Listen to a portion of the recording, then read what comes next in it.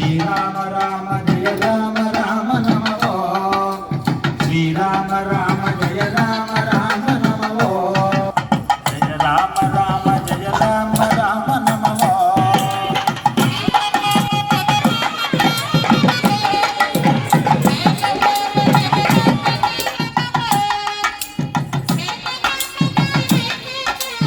அனைத்து அன்பு உள்ளங்களுக்கும் வணக்கம்.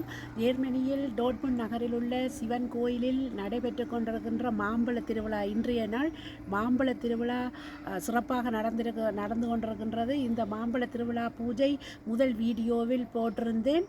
அதைத் தொடர்ந்து இந்த வீடியோவில் மாம்பழ கதை எவ்வளவு சிறப்பாக இருக்கின்றது என்பதை பார்ப்போம். பிரசாந்த் குருக்கள் அவர்கள் இலங்கையிலிருந்து இங்கு ஒவ்வொரு வருடமும் வந்து இந்த மாம்பழ கதையை தெளிவாக எடுத்து கூறி அதை நாடகமாக எல்லோரும் சேர்ந்து நடித்து காட்டுவார்கள். இதை உங்களோடு சேர்ந்து உங்கள் பிள்ளைகளோ எல்லோரும் இங்கு புலம்பெயர் நாடுகளில் வாழ்கின்ற அனைவரும் இந்த கதையை மறந்து போகாமல் எடுத்து கொடுத்து ஒவ்வொரு வருடமும் நடத்தி கொண்டிருக்கின்ற பிரசாந்த் குருக்கள் ஐயாவுக்கு முதலில் நன்றியை கூறிக்கொண்டு நாங்கள் இந்த கதைக்கு உள்ளே போவோம். வாருங்கள். ஸ்ரீராம ராம ஜெய ராம ராம நமோ ஸ்ரீராம ராம ஜெய ராம ராம நமோ ஜெய ராம ராம ஜெய ராம ராம நமோ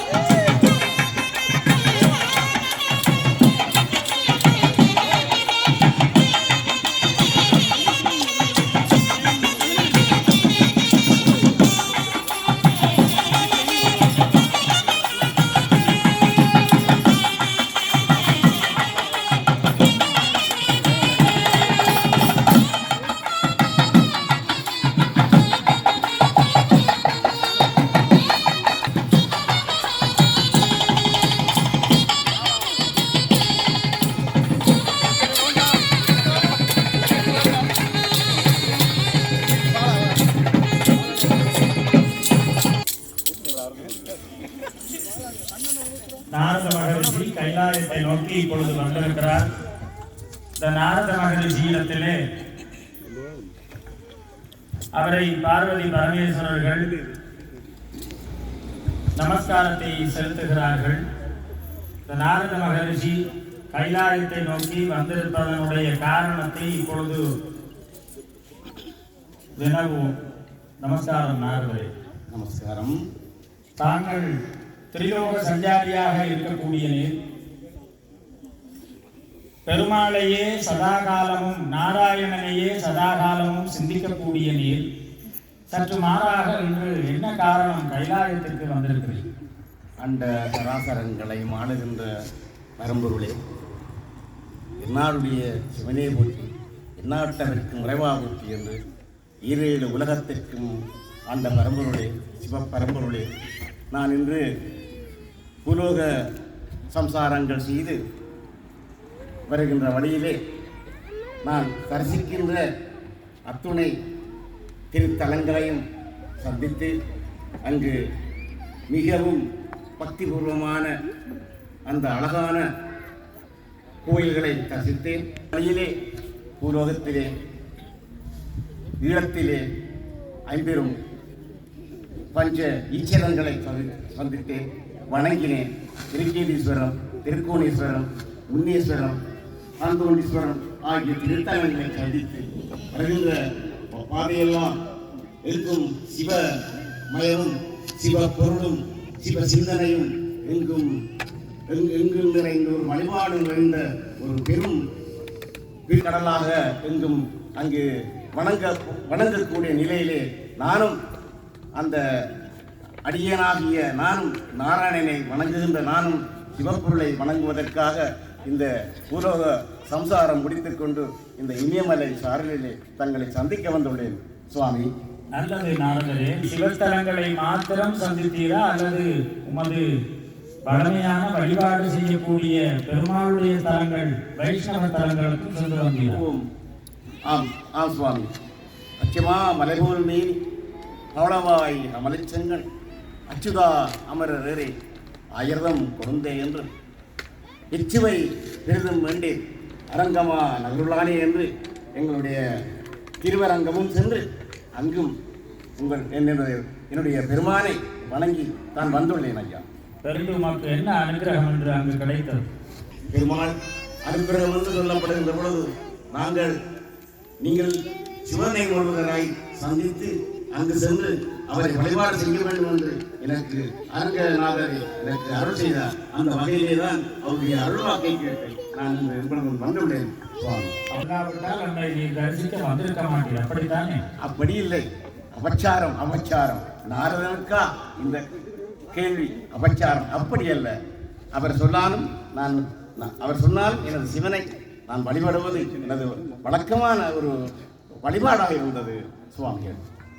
சரி, வைஷ்ணவ தலங்களுக்கு சென்றிருக்கிறீர், சிவத்தலங்களுக்கு சென்றிருக்கிறீர், முருகத்தலங்களுக்கு சென்றதில்லையா?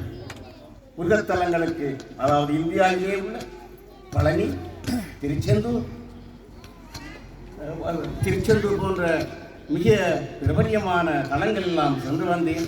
அது மாத்திரமல்லாமல் வருகின்ற வழியிலே ஈழத்தின் நாட்டிலே நல்லூர், செல்வச்சன்னதி, கதிராமகம் கந்தன் போன்ற எல்லா முருகத்தலங்களை சந்தித்தான் வந்துள்ளேன் ஐயா.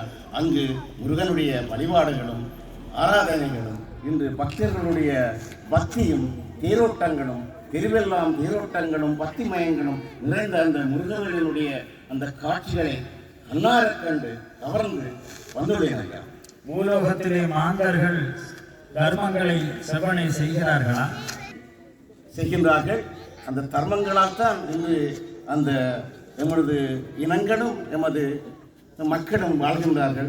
தர்மங்கள் இன்றே உலகம் அழிந்துவிடும் சுவாமிகளே. ஆனால் அங்கு நிறைந்த அளவு தர்மங்கள் நடைபெற்றுக் கொண்டுதான் இருக்கின்றன. அங்கங்கே சில குழப்பங்கள் நிகழ்ந்தாலும் தர்மத்தினுடைய அளவு அங்கு அதிகமாகத்தான் உள்ளது சுவாமிகளே. குழப்பங்கள் என்று சொல்லுகிறீர், நீ சென்றதனாலே அங்கு குழப்பம் ஏற்பட்டதா அல்லது அங்கே இருந்த குழப்பத்தை தீர்த்து வைத்து வந்தீர்களா? சென்றதும் ஒரு குழப்பம், ஆனால் அந்த குழப்பத்தை தீர்த்து வைத்து வந்துள்ளேன். சரி, இங்கு வந்திருக்கிறீர், இங்கு என்ன குழப்பத்தை இன்று ஏற்படுத்த போகுது? அபச்சாரம் அபச்சாரம். நாரதருக்கு அபச்சாரமா? நாரதன் எங்கு சென்றாலும் நாரதருக்கு ஒரு கேள்வி வரத்தான் செய்கின்றது. நான் இந்த புதிலே நான் வந்து கொண்டிருக்கின்ற பொழுது காஞ்சி மாவடு என்று சொல்லப்படுகின்ற அந்த கோவிலின் கண்ணே அழகிய ஒரு மாங்கனியை மகா ரிஷிகளும் சித்தர்களும் இணைந்து எனக்கு வழங்கினார்கள். அந்த மாங்கனி ஒரு தெய்வீக மாங்கனி. அந்த மாங்கனியை உண்பதால் மிகப்பெரிய அற்புதங்களும் நிகழும். ஆனாலும் அந்த மாங்கனி சாதாரணமான மாங்கனி அல்ல, அது ஒரு தெய்வீக மாங்கனி. அந்த மாங்கனியை ஒருவர் மட்டுமே உண்ண முடியாது என்ற அந்த சித்தர்கள் சொன்ன வாக்குக்கமைய அதை நான் உண்பதிலும் பார்க்க தங்களிடம் அதை கொடுப்பதன் மூலம், அதாவது அது எனக்கு ஒரு நிறைவான ஒரு மகிழ்வை தரும் என்ற காரணத்தினால் இந்த கைலாய மலையை நோக்கி இந்த மாங்கனியுடன் வந்துள்ளேன் சுவாமிகளே. நாரதர் கலகம் நன்மையில் முடியும் என்று சொல்வார்கள், அது உண்மை. சரி, இந்த மாங்கனியை இங்கு எடுத்து வந்திருக்கிறீர். நாம் இங்கு இருவர் இருக்கிறோம், ஒரு கனியை நீர் கொண்டு வந்திருக்கிறீர். இதனுடைய தாற்பயம் புரியவில்லை. பெரியோர்களை பார்க்க செல்லுகின்ற பொழுது ஏதாவது உபகாரம் கொண்டு செல்ல வேண்டும் என்று சொல்வார்கள். இந்த பழக்கத்தை பூலோகத்திற்கு நீர் காட்டி கொடுத்திருக்கிறீர். அதற்கு நாம் முதலாக மகிழ்கிறோம். பெரியவர்களை பார்க்க செல்லுகின்ற பொழுது, நண்பர்களை பார்க்க செல்லுகின்ற பொழுது, ஒரு விருந்தினரை பார்க்க செல்லுகின்ற பொழுது ஏதாவது கையிலே ஒரு கனி எடுத்து செல்ல வேண்டும், ஏதாவது ஒரு உபகார பொருள் எடுத்து செல்ல வேண்டும் என்ற ஒரு வழக்கை உலகுக்கு நீர் காட்டி கொடுத்திருக்கிறேன். அதற்கு நாம் நமக்கு ஆசீர்வாதம் செய்து கொள்கிறோம். நாரதருடைய வருகையை நாம் மகிழ்ச்சியாக ஏற்றுக்கொள்கிறோம். சரி, இந்த மாங்கனியை பற்றி, இந்த மாங்கனியினுடைய சிறப்பை பற்றி கொஞ்சம் சொல்லுங்கள். இந்த மாங்கனி நான் ஏற்கனவே கூறியது போல காஞ்சி மாவடு வைக்கும் செவல் என்ற அந்த பெரும் புண்ணிய தலத்திலே இந்த மாங்கனி எனக்கு கிடைக்கப் பெற்றது. அந்த மாங்கனியை தந்தவர்கள் கூட மகாரிஷிகள், சித்தர்கள். அவர்கள் இணைந்து தருகின்ற பொழுது இந்த மாங்கனியுடைய மகிமை சிறப்பாக சொன்னார்கள். இந்த மாங்கனியை உண்பவர்கள் சிறந்த முறையிலே இறை சித்தமுள்ளவர்களாக வாழ்வார்கள் என்று எனக்கு தந்த மாங்கனி. அந்த மாங்கனியை நான் உண்பதிலும் பார்க்க, அந்த மாங்கனியை இறைவனுக்கு கொடுத்தால் அது சிறப்பாக இருக்கும் என்று அந்த மாங்கனியை தங்களிடம் எடுத்து வந்துள்ளேன். அந்த மாங்கனி என்னுடைய சிறப்பு நீங்கள் எல்லோரும் பிற்புலத்தில் அறிவீர்கள் ஐயா. சரி, இந்த கனியை நமக்கு கொடுத்திருக்கிறீர். இதை நாம் என்ன செய்ய வேண்டும்? நாம் உண்பதா, பிரித்து உண்பதா, அல்லது வேறு யாருக்காவது இதை நாம் உபகாரம் செய்வதா, தர்மம் செய்வதா? இந்த கனியை வைத்து நாம் என்ன செய்ய வேண்டும் என்பதை விரிவாக கூறுவோம். இந்த கனி என்பது நான் கூறியது போல மிக அற்புதமான கனி. ஆனால் இந்த கனிக்கு ஒரு சிறப்பு உண்டு. இந்த கனியை பகிர்ந்து உண்ணலாகாது. ஒருவர் மட்டுமே தான் இந்த கனியை உண்ண வேண்டும். ஒருவர் மட்டும் உண்டால்தான் அந்த கனிக்கான பலன் கிடைக்கும். எனவே இந்த கனியானது ஆகாது, ஒருவர் மட்டுமே உண்ண வேண்டும் என்ற ஒரு பேரா அவாவுடன் ஆனந்தத்துடன் இந்த மாங்கனியை தங்களுக்கு சமர்ப்பிக்கிறேன் சுவாமிகளே. நாம் இங்கு இருவர் இருக்கிறோம். இந்த கனியை நாம் இருவரும் பகிர்ந்து உண்டால் சரியாக இருக்கும். அப்படி செய்ய முடியாத சூழலையும் ஏற்படுத்தி இருக்கிறேன். இந்த கனியை வைத்து மேற்கொண்டு உலகத்திலே, பிரபஞ்சத்திலே என்ன நன்மையை ஏற்படுத்தலாம் என்பதனை பார்வதியோடு நாம் யோசித்து தீர்மானம் எடுத்துக் கொள்கிறோம். உம்முடைய வருகை நல்வரவாகட்டும். உம்முடைய பிரசன்னம் இங்கு தேவலோகத்தையே, கைலாசத்தையே மகிழ்வித்திருக்கிறது. இங்கு கைலாசத்திலே நீர் வருகிறீர் என்ற உடனே உங்கள் பரிவாரங்கள், குதிரைப்படைகள், மயில் போன்ற நடனங்கள் எல்லாம் மிக சிறப்பாக இங்கே இருக்கிறது. உங்களுடைய வருகையினாலே அதையெல்லாம் மகிழ்ந்தாடுகிறார்கள். நமக்கும் மிகுந்த மகிழ்ச்சி உங்களுடைய வருகை ஆனதனாலே கனியை எவ்விடத்திலே ஒப்படைத்திருக்கிறீர். உமக்கு உங்களுடைய நன்றிகளும் நமஸ்காரங்களும் உரித்தாகட்டும். நம பார்வதி பதையே.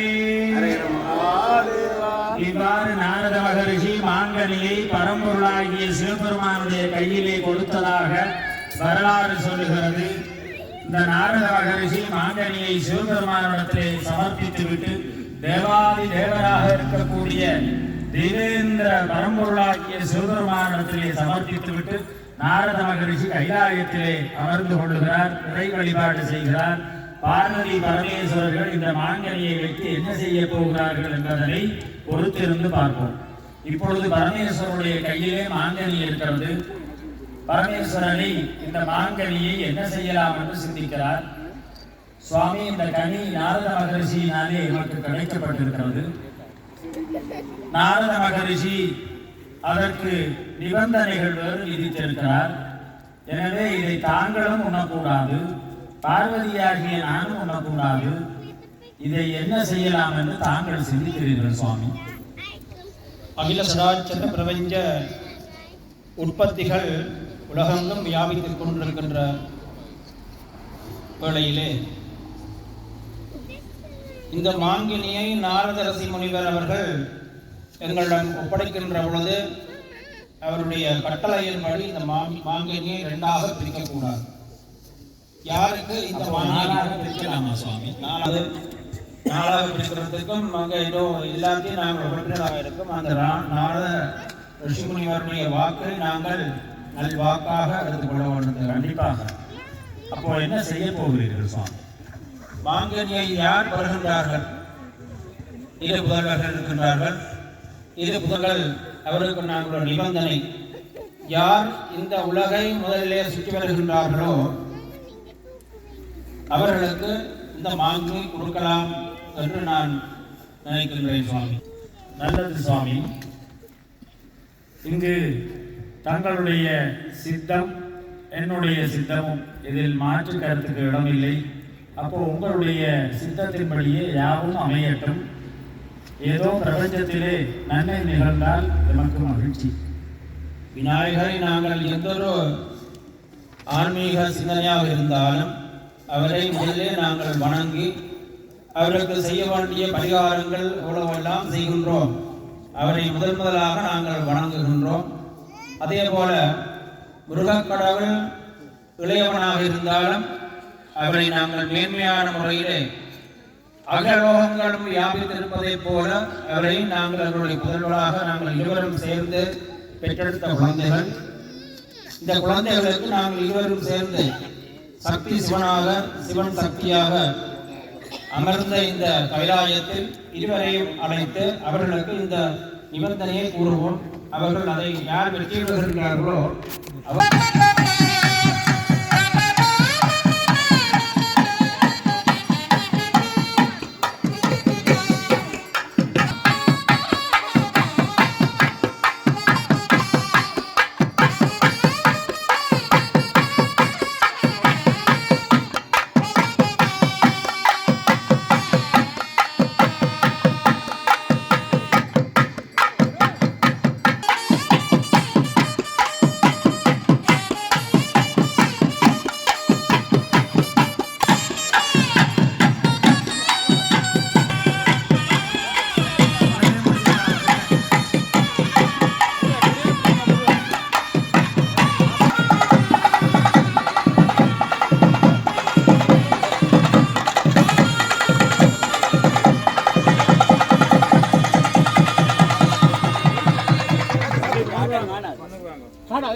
விநாயகர் பெருமானும் முருகக் கடவுளும் இங்கு கைலாயத்தை நோக்கி தாய் தந்தையர்களுடைய அழைப்பை ஏற்று வந்தார்கள். இதிலிருந்து தாய் தந்தையர்களுடைய அழைத்த மாத்திரத்திலும் இங்கு கைலாசத்தை நோக்கி வந்தார்கள். வந்தவுடனே இங்கு தாய் தந்தையர்களை வணங்கினார்கள். தாய் தந்தைக்கும் ஒரு விண்ணப்பம் வைக்கிறார்கள். நம்மிடத்திலே ஒரு மாங்கனி இருக்கிறது. இந்த கனியை ரிஷி அப்படி கொடுத்து சென்றதனாலே அவருடைய நிபந்தனை, இந்த கனியை தனியொருவர் உண்ணக்கூடாது. அப்படியெல்லாம் பல கட்டளைகளை இங்கு இட்டிருக்கிறார். முடிவு செய்திருக்கிறோம். சாதாரணமாக ஒருவர் உண்பதை விட ஒரு பந்தயத்தை வைத்து அந்த பந்தயத்திலே வென்றவர் உண்பது சால பொருத்தம். நாரத மகரிஷியினுடைய மனோ விருப்பமும் அதுவாக இருக்கிறது. ஆனதனாலே நாம் இங்கு ஒரு பந்தயத்தை ஏற்படுத்தி இருக்கிறோம். அந்த பந்தயத்தின் பிரகாரம் இங்கு மாங்கனியை வழங்க இருக்கிறோம் என்று கூறுகிறார்கள். என்ன பந்தயம் என்று முதலில் முருகக் கடவுள் கேட்கிறார். அதற்கு பரமேஸ்வரர்கள் சொல்லுகிறார், பார்வதி பரமேஸ்வரர்கள், உலகை சுற்றி யார் முதலிலே வருகிறாரோ அவருக்கு இந்த கனி வெற்றி பரிசாக வழங்கப்படும். அப்படி சொன்னதும் முருகக் கடவுள், என்னிடத்திலே மயில் இருக்கிறது, அந்த மயிலிலே ஏறி நான் விரைந்து உலகை சுற்றி இங்கே வந்து விடுவேன் என்று முருகக் கடவுள் சிந்திக்கிறார். அப்படி சிந்தித்து முருகக் கடவுள், இதோ வருகிறேன், கனி எனக்குத்தான் என்று சொல்லி முருகக் கடவுள் புறப்படுகிறார். சுற்றி உலகை சுற்றி வருவதற்காக முருகக் கடவுள் முதலிலேயே அம்மையப்பரே உலகு என்கின்ற தத்துவார்த்தத்தை உலகிற்கு எடுத்து எம்பும் முகத்தை சிந்தி கைலாயத்தை ஒரு முறை வலம் வந்தால் உலகை சுற்றி வந்து முடிந்துவிடும் என்பதனை சிந்தித்து உலகை சுற்ற புறப்படுகிறார். அந்த நேரத்திலே இந்த உலகை சுற்றினால் கைலாயத்தை வலம் வந்தால் உலகை சுற்றியதற்கு சமானமாகுமா? பரம்பொருளை நம்பலாமா? பரம்பொருளை நம்பி கெட்டவர் எவர்?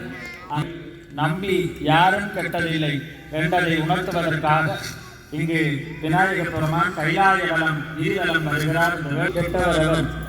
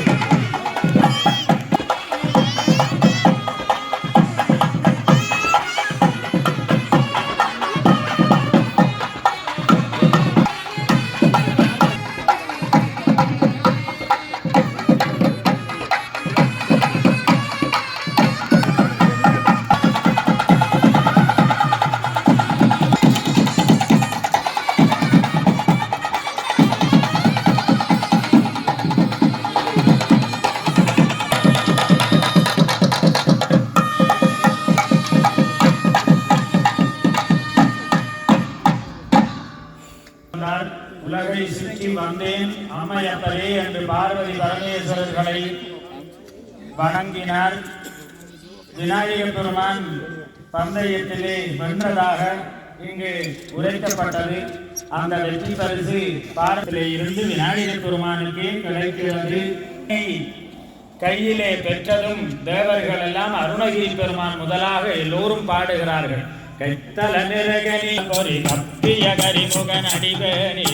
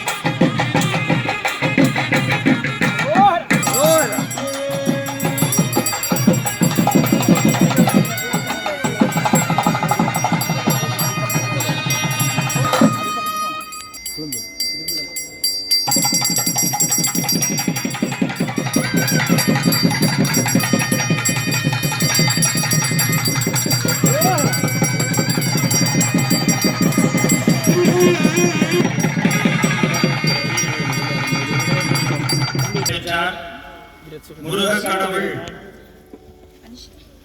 14 லோகங்களையும் பலம் வந்து மிகுந்த சிரமத்தின் மத்தியில் மயிலும் களைத்து தானும் களைத்து இருந்தாலும் பந்தயத்திலே தான் வென்று விடுவேன் என்கின்ற கைலாயத்தை நோக்கி விரைந்து வருகிறார். இங்கு அவருடைய வாகனங்கள் மயிலெல்லாம் உள்ளியாடு. முருகக் கடவுள் கைலாயத்தை நோக்கி இப்பொழுது வந்து கொண்டிருக்கிறார். கைலாயம் தெரிகிறது, தாய் தந்தையர்கள் தெரிகிறார்கள். வரவில்லை, அண்ணனை இன்னும் காணும் என்று சந்தோஷப்படுகிறார். அடுத்த கணம் பார்க்கிறார், தந்தையுடைய கையிலே இருந்த கனியையும் காணும், அண்ணனையும் காணும், கனியையும் காணும் என்ற உடனே ஒரு சந்தேகம் வருகிறது. ஒருவேளை அண்ணன் ஏதாவது சூழ்ச்சியிலே குறுக்கு வழியிலே வந்து வென்றுவிட்டானோ என்று சிந்திக்கிறார். அவர் சிந்தித்ததும் சரியாகிவிட்டது. அண்ணனும் இல்லை, மாங்கனியும் இல்லை. தாய் தந்தையரை வந்து வணங்குகிறார். உலகை சுற்றி வந்தேன் என்று வணங்குகிறார். வணங்கியதும் தாய் தந்தையர்கள், நல்லது முருகா, உன்னுடைய உலக பயணம் நன்மையாக அமைந்திருக்கிறது, மிகவும் சந்தோஷம் என்பதனை தாய் தந்தையர்கள் கூறுகிறார்கள். இதிலே விநாயக பெருமானும் முருகக் கடவுளும் இங்கு எழுந்தருளி இருக்கக்கூடிய பாத்திரம் விரிந்த சிந்தனை, உலகளாவிய ரீதியிலே பறந்து விரிந்த சிந்தனையை முருகக் கடவுளினுடைய வருகையும், தாய் தந்தையர்களே உலகு மிக எளிமையாக உலகை கையாளலாம் என்கின்ற நிலையை விநாயகர் பெருமானுடைய வருகையும் நமக்கு உணர்த்தி இருக்கிறது. அந்த வகையில் இங்கு முருகக் கடவுள் வந்தார். முருகக் கடவுள் வந்ததும் மாங்கனி இல்லை என்ற உடனே கோபம் கொள்கிறார். தேவர்கள் எல்லாம் சமாதானம் கூறுகிறார்கள். கேட்பதாக இல்லை. முருகக் கடவுள் இது என்ன நடந்தது என்று சொல்ல வேண்டும் என்று மிகுந்த சண்டையிடுகிறார். தாய் தந்தையர்களோடு சண்டையிடுகிறார். அப்படி சண்டையிட்டு தாய் தந்தையர்களுடைய சொல்லை கேட்பதாக இல்லை. நீங்கள் எனக்கு கனி, நான் சட்டப்படி இந்த உலகை சுற்றி வந்தேன், 7 குணங்களையும் சுற்றி வந்தேன், எனக்கு இந்த கனி கிடைக்கவில்லை, இதிலே ஏதோ ஒரு சூழ்ச்சி இருக்கிறது என்று சொல்கிறார். உடனே அவர்கள் சொல்கிறார்கள், கைலாயமே எல்லாவற்றிலும் உயர்ந்தது, தாய் தந்தையர்களே உயர்ந்தது என்பதனை நினைவு கூறி அவற்றை சிந்தித்து உலகிற்கு எடுத்துக்காட்டி கைலாயத்தையே சுற்றி வந்து அண்ணன் தன்னுடைய கனியை பெற்றுவிட்டான். அண்ணனே வென்றதனாலே இங்கு யார் முதல் வந்தாரோ அவர்களுக்கு கனி கிடைத்துவிடும். அப்படி அண்ணன் வந்ததனாலே அண்ணனுக்கு அந்த கனியை வணங்கிவிட்டோம் என்று சொல்லி சமாதானம் கூறுகிறார்கள். இருந்தாலும் சமாதானப்படுவதாக முருகக் கடவுள் இல்லை. இவர்கள் எல்லாம் கூறி பார்க்கிறார்கள். உடனே தமிழ் கிளவியாகி இருக்கக்கூடிய அவ்வை இந்த செய்தியை அறிகிறாள். அறிந்து உடனே தன்னுடைய இயலாத நிலையிலும் உடல் தளர்ந்த நிலையிலும் எப்படியாவது கைலாயத்திற்கு சென்று என்னுடைய கடவுள் எனக்கு கனி கொடுத்தான், சுடாதவளம் வேண்டுமா என்று கேட்டு கனி கொடுத்தவனே, அந்த முருகக் கடவுளுக்காக கனி கிடைக்கவில்லை, நான் சென்று சமாதானப்படுத்துகிறேன் என்று அவ்வை தேகம் கடுகடுத்து இங்கு வருகிறாள். இந்த அவையினுடைய வருகையை இப்பொழுது நாம் எதிர்பார்ப்போம்.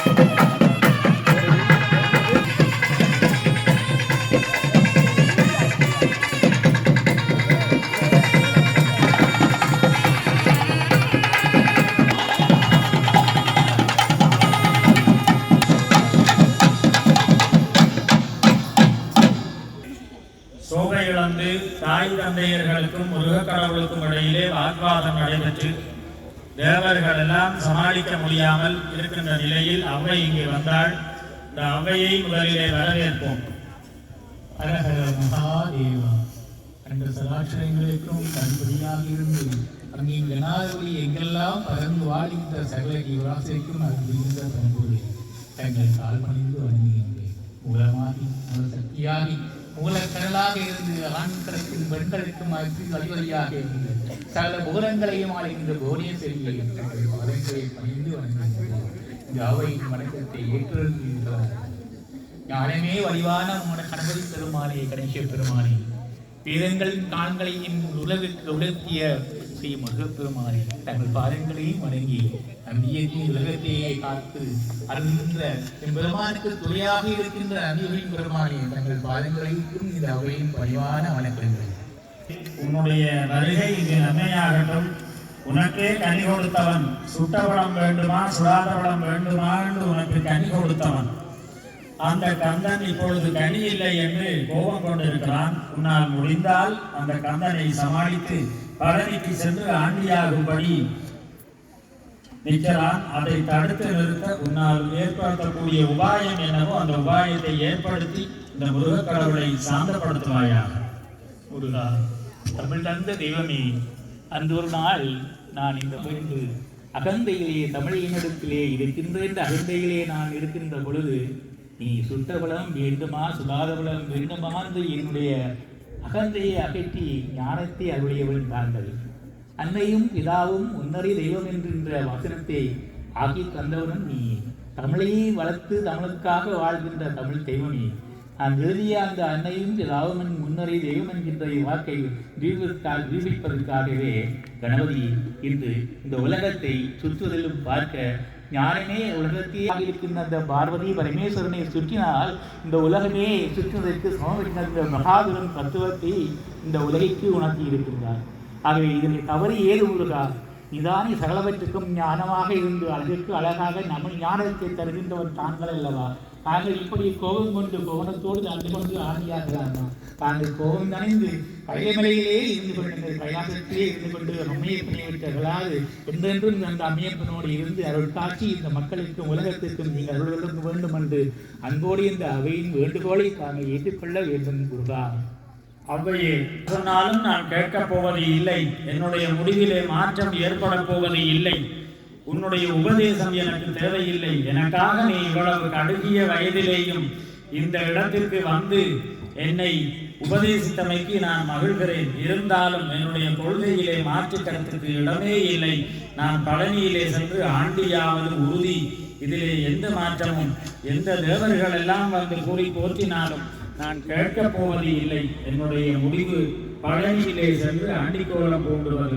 நீ அங்கு வந்து என்னை வழிபாடு செய், அங்கு உனக்கு நான் நிரம்ப கனிகள் தருகிறேன். இன்னும் என்னென்ன கனி வேண்டுமோ பூலோகத்திலே இருக்கக்கூடிய அத்தனை கனிகளையும் உனக்கு நான் தருகிறேன். இருந்தாலும் இந்த கடுகிய வயதிலே நீ இங்கு வந்திருக்கிறாயே தாயே, உனக்கு நான் உண்மையிலேயே உன்னை நான் ஆசீர்வதிக்கிறேன். நீ பழனிக்கு வருவாயாக, பழனியிலே உன்னை நான் ஆட்கொள்ளுகிறேன் என்று முருகப்பெருமான் கூறி அவ்வையினுடைய சமாதானத்தையும் கேட்கவில்லை. தேவர்கள் எல்லாரும் கூறுகிறார்கள், யாரெல்லாம் தடுக்க முடியுமோ அவர்கள் எல்லாம் தடுக்கிறார்கள். அந்த தடையை எல்லாம் முருகப்பெருமான் செவிமடிக்காது. மயில் ஆட, குயில் ஆட, குதிரை ஆட, என்னென்ன எல்லாம் ஜீவராசிகள் எல்லாம் இருக்கிறதோ அதையெல்லாம் முருகக்கடவுளினால் பழனிக்கு செல்வது போல முருகப்பெருமானுக்கு பின்னாலே செல்ல முருகப்பெருமான் பழனியை நோக்கி விரைகிறான். கூடவே அவ்வை நாடு இந்த கடுகிய வயதிலேயும் இந்த அவ்வை இங்கு முருகக்கடவுளோடு முருகக்கடவுள் பால் பழனி நோக்கி செல்லுகிறார். எல்லோரும் பழனிக்கு செல்வோமாக. வெற்றில் முருகனுக்கு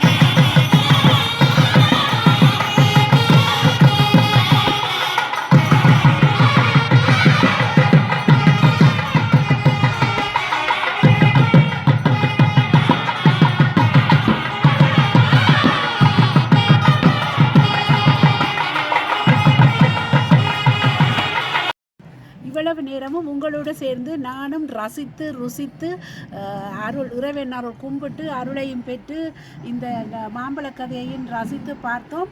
மீண்டும் அடுத்த காணொளியில் சந்திக்கும் வரை நன்றி, வணக்கம்.